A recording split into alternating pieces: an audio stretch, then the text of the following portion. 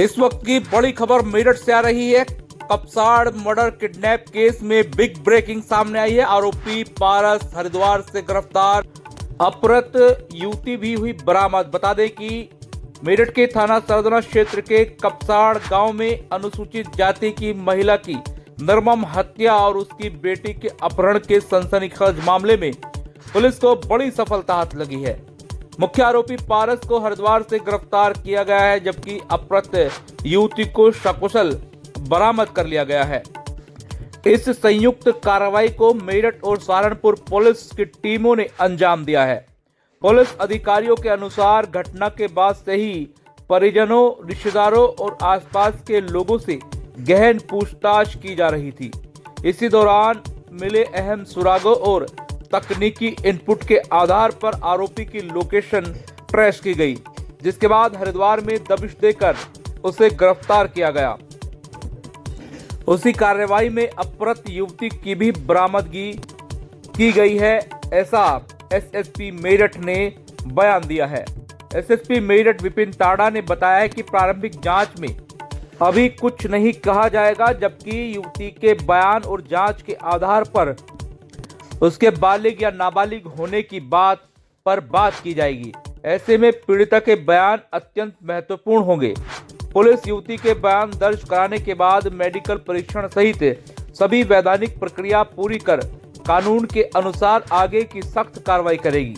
आरोपी से भी लगातार पूछताछ की जा रही है, ताकि घटना से जुड़े हर पहलू, साजिश, मददगारों की भूमिका और घटनाक्रम की पूरी तरह से स्पष्ट हो सके।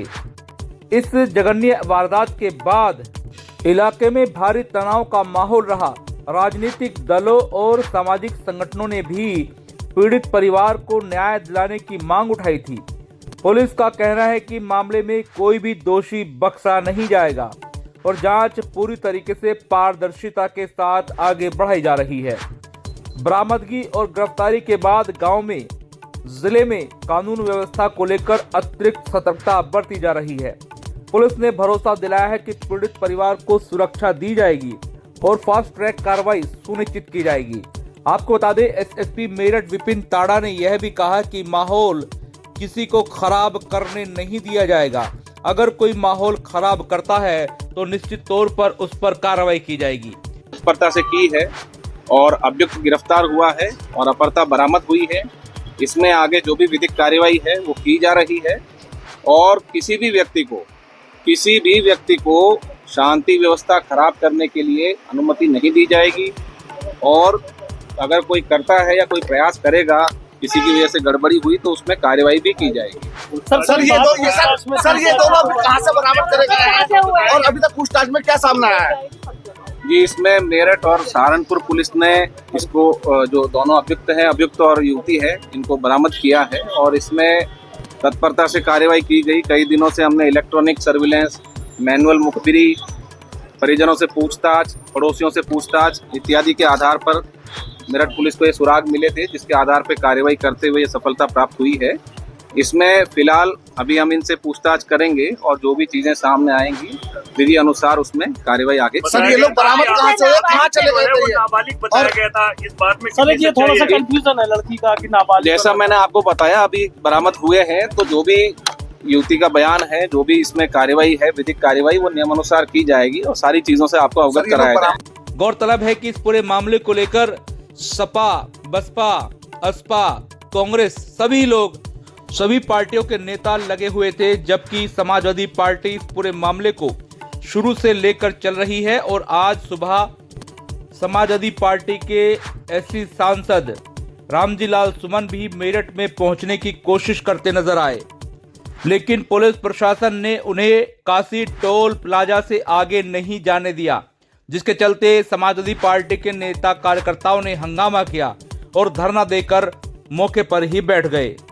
जबकि कार्यकर्ता और पुलिस कर्मियों के बीच झड़प दिखाई दी। तस्वीरें आप देख भी सकते हैं किस तरीके से यहां समाजवादी पार्टी के सरदना विधायक अतुल प्रधान और अन्य तमाम नेता पुलिस से धक्का मुक्की करते दिखाई दिए, लेकिन पुलिस ने किसी भी सूरत में उन्हें आगे नहीं बढ़ने दिया।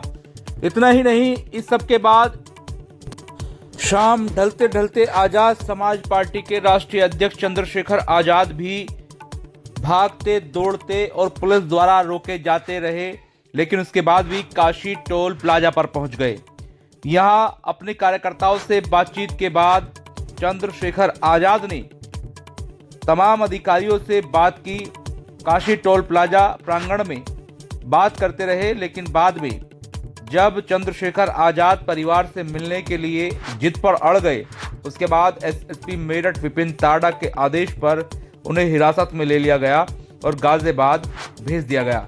इस दौरान कार्यकर्ताओं ने हल्का फुल्का शोर किया, लेकिन सभी को समझा बुझाकर पुलिस ने पूरे मामले को शांत कराया।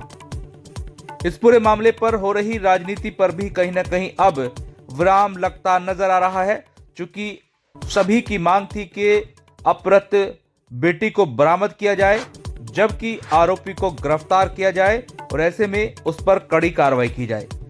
अब पुलिस का कहना है कि जो भी बयान अब पीड़िता देगी, उसके आधार पर आगे की कार्रवाई अमल में लाई जाएगी। Bureau report, news Nivaran TV, Meerut. Prem hospital and modular test tube baby centre पिछले 30 वर्षों से निरंतर आपकी सेवा करते हुए अब और भी बेहतर रूप में बिजली बम्बा बाईपास पे भी state of the art infrastructure, 24 घंटे इमरजेंसी एवं ICU, gynaecology, obstetrics, laparoscopic surgery, laser surgery, cosmetic surgery, infertility, paediatrics, NICU, trauma आदि एडवांस्ड सुविधाओं के साथ कैशलेस सुविधा उपलब्ध है। Prem hospital, inspiring healing, empowering lives, near Shoprex mall, Bijli Bamba bypass, Meerut.